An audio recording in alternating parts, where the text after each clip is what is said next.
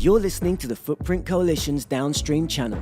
Today, we're talking about how technology can help make buildings and cities more resilient and more sustainable. Jack Dangermond has been working on solving the problem of how best to develop projects with the lightest footprint on the natural world since 1969. His company, the Environmental Systems Research Institute, or ESRI, is a multi-billion-dollar business developing geographic information systems software that captures and analyzes spatial and geographic data.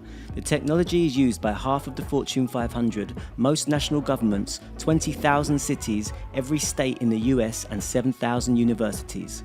He and his colleague, Dr. Ryan Perkl, who heads ESRI's Geodesign practice, are talking with Robert and Rachel about the technology behind the theories of geodesign. Welcome, sir. Nice to see you again. So we're talking about geodesign today, and That's the great. concept of geodesign has been around for centuries, but of course your work is really important and crucial to this field. So what's the big deal? Tell us the whole thing. You and I, all three of us know that our world is in trouble. Actually, if we look at climate change, we look at the loss of biodiversity, we look at the overpopulation of the world in many dimensions, we got a lot of problems to solve. And geodesign is actually this amazing technology and also science platform that allows people to interactively design things on top of geographic science, the science of our world. So geography is the organization of actually everything we know, all our biology, all of our hydrology, all of our climatology, all of our population, all of our land uses. It's the thing that brings it all together. And maybe 50 years ago, I had this interesting revelation, I guess, inspiration that if we digitized geography and put it into a database, we'd be able to overlay, like plastic overlays, maps, and then understand geography so that we could do design work on top of this, on top of geographic science. Mm-hmm. And these big issues, the ones that are challenging us, I mean, COVID has been a big issue, right? But the challenges of climate change and loss of biodiversity, I mean, they are mission critical for all of us. I mean, I think Robert I want you to put one of those masks on and, use all of your best AI and visualization technology to help designers. I mean, that's kind of the way I want to lead into this. And technology and science helping designers create a more sustainable future. That's the big deal. Yeah. Bran Farren had made an introduction. We've had several conversations, and we're exploring in the initial stages of where we could possibly overlap with what the Footprint Coalition is doing. But then COVID happened. And the easiest way for me to explain to the layman why ESRI is within them and around them and already something that they're utilizing is when those Johns Hopkins maps were coming up to show us where it was spreading, it was using your technology. Now, I know that you also tend to open source and that you're not in the business of trying to have a monopoly on, what and how you do, but more than that, forget my dumb question. The origin story of how you came to be sitting where you find yourself at these crossroads of backstage at the world and the events right now, I think is fascinating. And would you mind telling us a little bit about that? Well, I was in university at Harvard, working in a lab in the basement, which invented some of the first computer map-making tools. And they fascinated me. I was studying landscape planning and city planning, regional planning. And this idea of having digital maps that I could actually organize information with and use that as a platform for the design and planning work was basically an inspiration. When I left Harvard, I came back here to Redlands, and it's just about a couple hundred meters from here is our very first building. And there we started doing little consulting projects to help people locate new towns or locate power plants or route transmission lines and roads or do environmental studies. And these were projects one at a time with kind of homemade software. And that was really the origins, Robert. But very gradually over the first decade, we began to build methods and tools that would allow us to see things that normal people didn't by using digital means. bring all of these maps together and then make new kind of computer maps, which would interpret the information. And I mean, jumping ahead so people can understand it, I mean, everybody goes to Starbucks, and it's not just by chance that those stores are located where they're at, or Walgreens or Walmart or most retailers. They're because somebody analyzed geographically all the social and economic factors that make them successful. So this GIS technology that we now ship in volume, there's millions of users, really brings geographic information together and allows people to do these manipulations and then see them. And COVID is something, you're right, everybody relates to that map. It's been now looked at over 2 trillion times. Billions of times every single day, people look at those maps and they want to, it's like looking at the weather, you know, you want to check out this horrendous thing that's happened to all of us and how it's spreading now in India, unfortunately. And they want to know. And so I think of COVID as a big wave that's affected the world. But what people don't quite realize is that climate change is another, I think, bigger wave. I was talking to President Obama on Tuesday, and he now believes that climate change is the very biggest problem that's facing all of us. And the second problem, he said, is getting people to realize that that it's happening. You know, still in the U.S., we have something like 35% of the population that don't agree. So these kind of maps, the visualization, actually help people understand the spread of COVID very quickly. Half of the world's population saw that map, and they began to create a different context for a different kind of a reality by seeing the data and seeing it live, just like you see the weather. And we need to stand up and get everybody to realize that these other big waves that are coming are actually more impactful to our future. There's sort of no, people say there's no vaccine for climate change or the loss of biodiversity. And my colleague and I work fervently on this, trying to get people aware of it. And so geodesign is not just mapping. Geodesign is taking these scientific layers of information and then equipping people who actually make geographic decisions with the tools that allow them, for example, to preserve open space or pick the right optimum location for things. That's basically what it is. It's like sketching on a piece of paper, except you overlay the little sketch on top of the layers of data and you understand the impacts of your idea, your plan. You know, how much is it going to cost? What is the environmental footprint? Is it compatible with the neighborhoods and the people who live in them?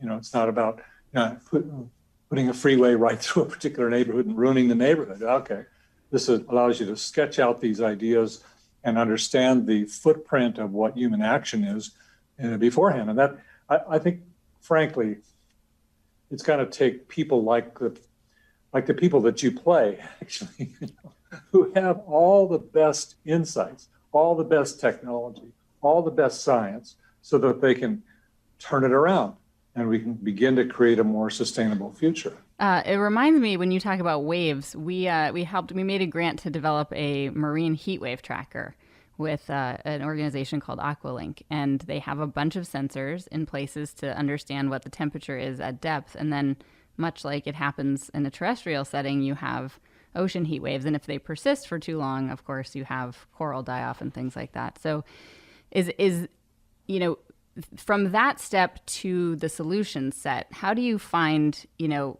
this geodesign tool being then implemented into people actually? Is it policy mainly? Is it, you know, what are the things that you then prompt folks to do once they know the issue? Designers often use paper and pencil. They design sketches, like when you're building a building, or when you're building a campus, or when you're doing urban redevelopment in the city.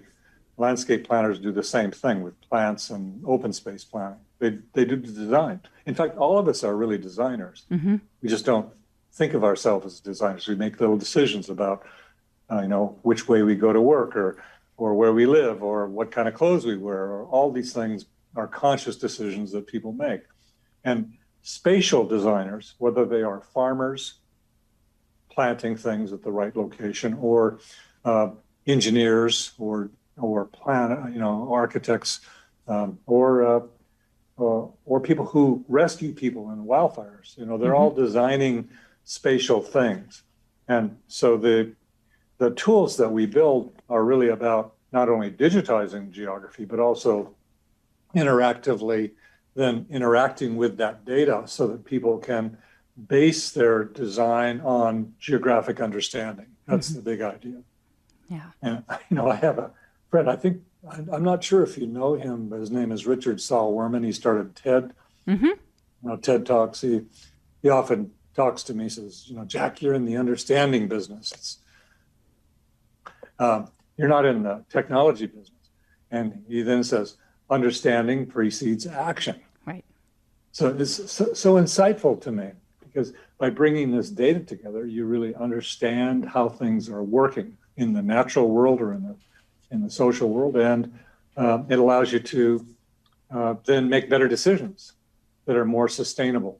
And I mean, for example, out in Cape Cod, they're doing a big geodesign project out on the shoreline there because, sea level rise is happening, and they need to know what to design to be able to address or be resilient in the context of this change.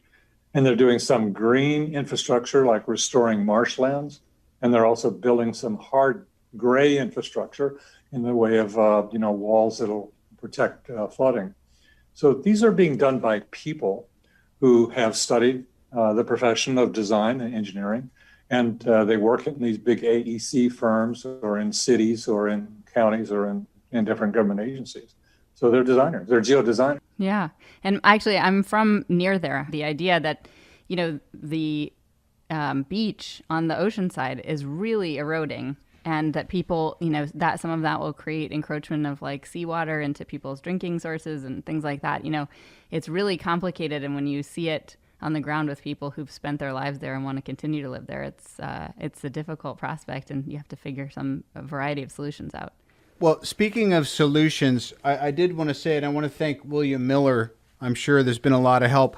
I got this little light read binder on introducing geodesign, the concept. I would highly recommend that everybody find this. By the way, I'll be recycling this paper and attempt to ingest it, because really, Jack, you are at the bleeding edge, and I'm sure you would say you're standing on the shoulders of giants, and also really standing shoulder to shoulder with Laura, your wife. And what blows my mind is that many of the people who can be the prime movers in this shift and change we need, it comes down to these very intimate dialogues and relationships with our life partners.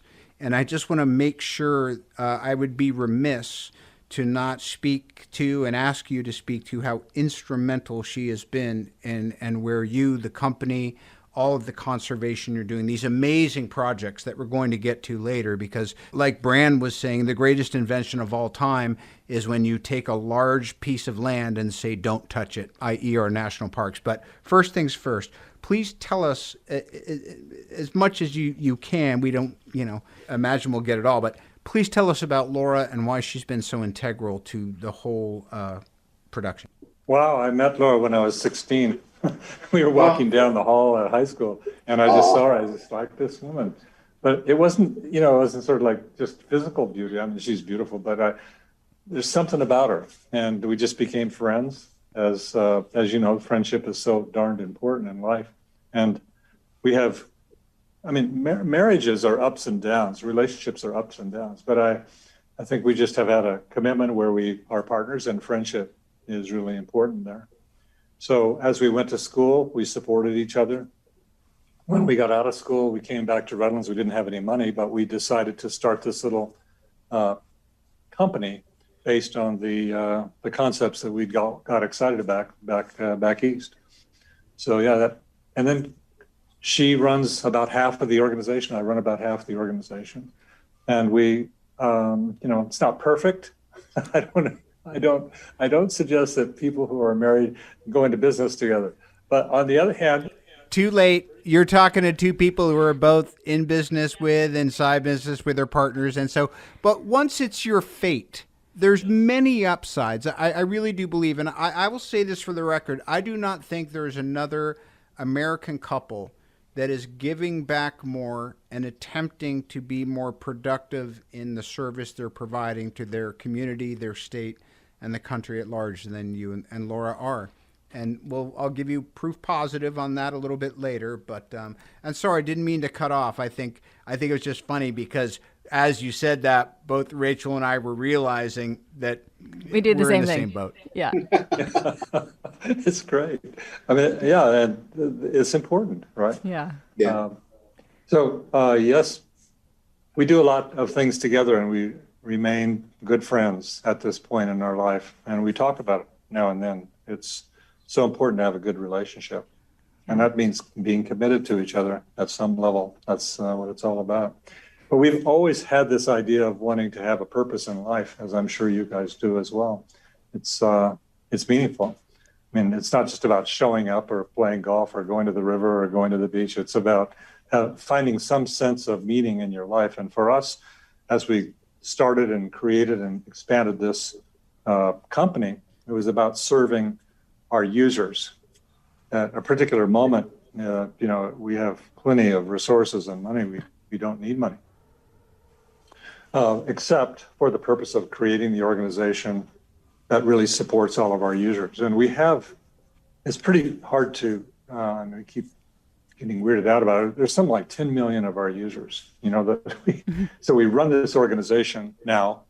Our colleagues here that work here run it for the sole purpose of serving them doing their work better.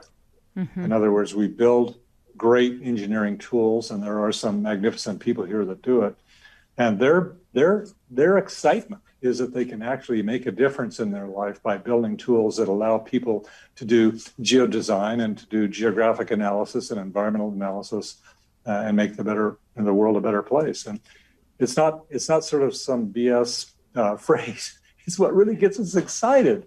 So we were able to really continue to control our destiny.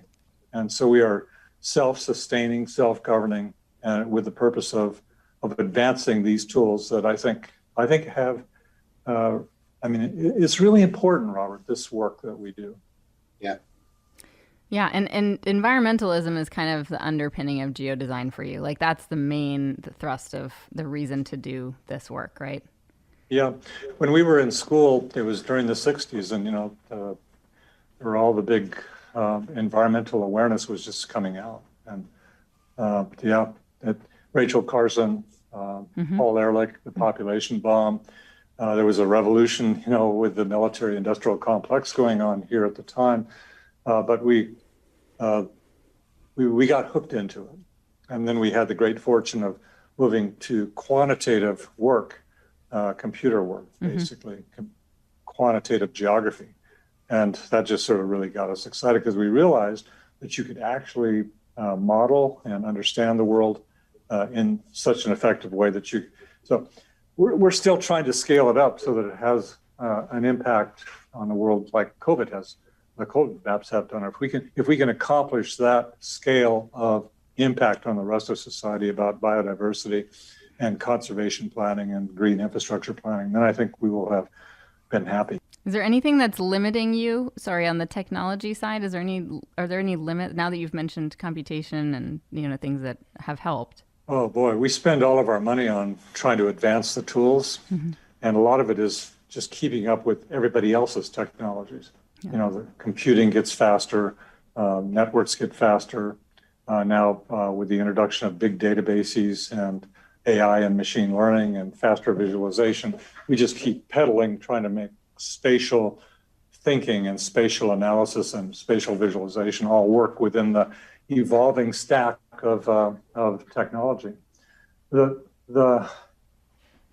of my good friends, Michael Goodchild, and I had a talk the other day. He was saying, Jack, compared to the old days, this is like 40 years ago, we've got so much data. That used to be our constraint. We can do everything, but we don't have enough data. We have so much computing power. I used to spend our allowance on computing. We don't have to do that anymore. And it's almost ubiquitous. And the software tools that are available and the UI, UX, user experience is really becoming easy enough to where it's opening up to more and more like the Johns Hopkins map did. So what is the constraint? The constraint is people who really understand the power of this and also have an intention to really turn it around. And if we talk about these great challenges, we need people that really get it, that really understand it. I mean, once in a while, I experience executives sort of, they wake up, the lights go on in their heads, and it's so exciting to watch them, because all of a sudden then they want to drive the race car, like 90 miles an hour, which is so important. So when we were talking with President Obama last week, he talked about leadership and how important it is, that it's like a pyramid of leaders that he's really trying to build for the world. A few at the top that are already quite experienced in this massive middle ground, kids in university and coming out, starting in their career. And then there's the next level down, which is kids in grade school. And I just totally related what he was saying about leaders, growing leaders. I need to grow people that really understand spatial thinking and the application of integrating all the factors into being able to drive what decisions they make. And so I'm really all about education. I know you are, both of you guys are as well. So K through 12, I'm all in with our tools. And, universities, we have, I think, 11,000 colleges and universities that we support. And then of course, our users, the ones who are really practicing. And it's just like a race, to be able to get these people, because I know from the footprints of the work that they do, if they do it using science and technology and good data, just like in COVID, I mean, picking the right place for vaccination, picking the right place for testing. This was a spatial thing. So we connected so that we blew away sort of the racial equity issues. We target, okay, I'm rambling on. No, not at all. It's funny. You reminded me of my friend Sherlock Holmes. Data. I cannot make bricks without clay. And as per usual, Rachel and I and our team, we're going to, when the time is right and when it hits us, we are going to come back around to you and figure out what is the highest impact project we could join forces with you on. I want to make sure we leave some time to talk about Geodesign's relationship to conservation of natural places. To me, I know it's so close to your heart and it's so much of where you focus your energy. Who is the best person to interact with on our mutual behalfs, sir? Well, this gives me a great opportunity. I'm a landscape architect, so I got sucked into this. I still have landscape planning in my heart and soul. But one of my best friends and colleagues is Ryan Perkl. Please bring him in. Ryan, join us, brother. Excellent. Thanks for having me. I've been reading up on you, but I'm going to let the better mind kick off the Q&A. Yeah, we're so excited. Obviously, because we're in California, we're really pumped that you're focused on California's 30 by 30. But we want to tell us a little bit about that and like why 30% is an important and crucial number. Well, 30 by 30 rolls off your tongue a lot better than 26.6% by 2027, right? So that's part of it, probably, right? But really, there's a consensus amongst the scientific community that 30 to 50% of the planet is needed to be protected in order to preserve biodiversity. And when we're looking at our current protection efforts, they're simply not sufficient in preventing habitat and species decline to the degree that we need. Right now, for example, in our current circumstances, the scientific community estimates that there's as many as 150 species becoming extinct every day. And this is simply not sustainable. So 30-30 is one of the things we can do to help. Mm-hmm. And California is one of these like 36 environmental hotspots as well, right? So it's a perfect place to think about. It is. We're the front lines of species conservation across the globe. What constitutes a green infrastructure as it relates to conservation? Green infrastructure is really just simply a term used to describe open spaces like forests, prairies, wetlands, and rivers. But by calling it infrastructure, we're challenging people to think about it differently. We all know that we all value traditional infrastructure like roads, bridges, and buildings. So by thinking of the natural landscape as infrastructure, we're placing value on it, right? It's something that can be valued and planned for. And green infrastructure also serves a purpose. It cleans our air, our water, it mitigates floods, it reduces coastal erosion. And more often than not, it does so better than human engineered systems in the traditional infrastructure. And we can do it cheaper, right? So green infrastructure is really just a key way to think about and to plan for conserving natural open spaces. How does it, in this 30% model, I mean, do you have massive chunks of sort of conserved area, or do you focus on as well sort of the green space that's integrated into communities where you have community gardens and parks and things like that? So in the case of California, for example, right, our state is approximately 100 million acres. And really approximately 22 million acres of that would be protected to the level that would constitute 30-30 conservation goals. So the question then is really, how do we close that 8 million acre gap? And we'll do it through multiple means, right? Some of those things might be actually repurposing federal designations from less stringent protection to more stringent protection for biodiversity protection. Some of the efforts might actually include making new federally designated areas, as well as new state parks and those types of things. And it might also likely leverage the private land conservation community, where local landowners are actually electing to integrate their land in the conservation planning through things like conservation easements and working with large conservation organizations as well. So it's really a combination of all of these different techniques that will comprise that 30-30 total. How many more people who have the ability, such as Jack and Laura did, to be able to take 24,364 acres, such as they have at Point Conception, and say, we're going to do the best thing we could and leave it alone and make sure that it stays that way? What was, speaking about leadership, I mean, that really is it. So I know that you guys work closely together. And what have you taken from Jack's leadership? How does this inspire you? And what is it that we, the lay person, can do to start really leaning into this kind of moral psychology? Well, I think you nailed it, Robert, in that it's inspirational, right? I feel absolutely fortunate to work for an organization, a company like ESRI that has leadership like Jack and Laura that place that kind of emphasis on our natural landscapes and for the future, right?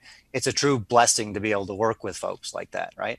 And fortunately, living in California, there's actually a lot of folks like Jack and Laura out there with the means to make similar conservation contributions. And that's a really exciting thing.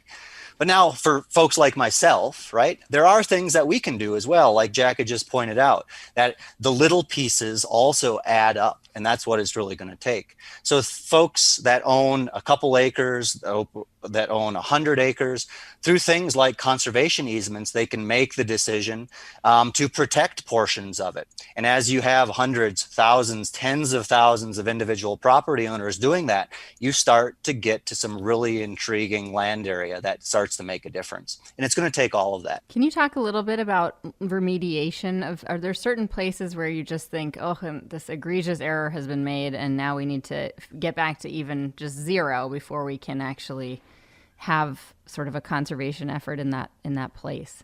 Or is there anything where you are like, oh, that's a black eye? So certainly landscape restoration, rehabilitation is a central element of this as well, right? That we all know that there are lands throughout the country and in California that are severely degraded. And that has a negative impact on the people that live there, as well as the plant and animal species we aim to protect. So certainly that has a role to play as well. It's really that rehabilitation, restoration within the context of also protecting those areas that haven't been degraded to that degree that really starts to build the full conservation picture. It's not just protecting those lands that have yet to be touched. It's not just rehabilitating those lands that have been degraded.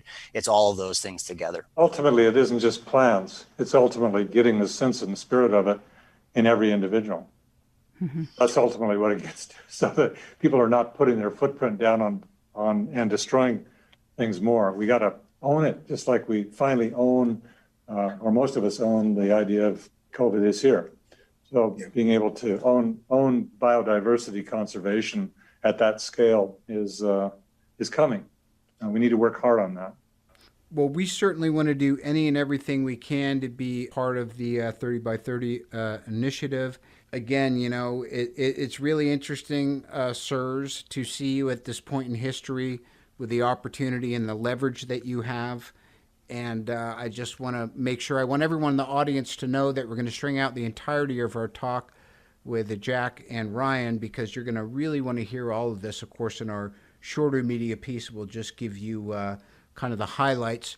And we're going to stay in touch. I consider that my invitation to the Redlands is still open. I guess the interview, I'm hoping, went well enough for that. And we'd love to do something when time, energy, and circumstances permit to come see you in situ and get to know both of you better. So I really want to thank you for your time today. Thanks for coming in on a weekend. That's our team motto, we work weekends. And Godspeed to you, sir. Send our best to Laura, your compatriot. And Ryan, don't be surprised if we follow up, because we did not get to pick your brain anywhere near enough. And you're going to be welcome to go out to the preserve, as we talked about earlier. Yes. You'll be blown away. It's really something else. Thank you.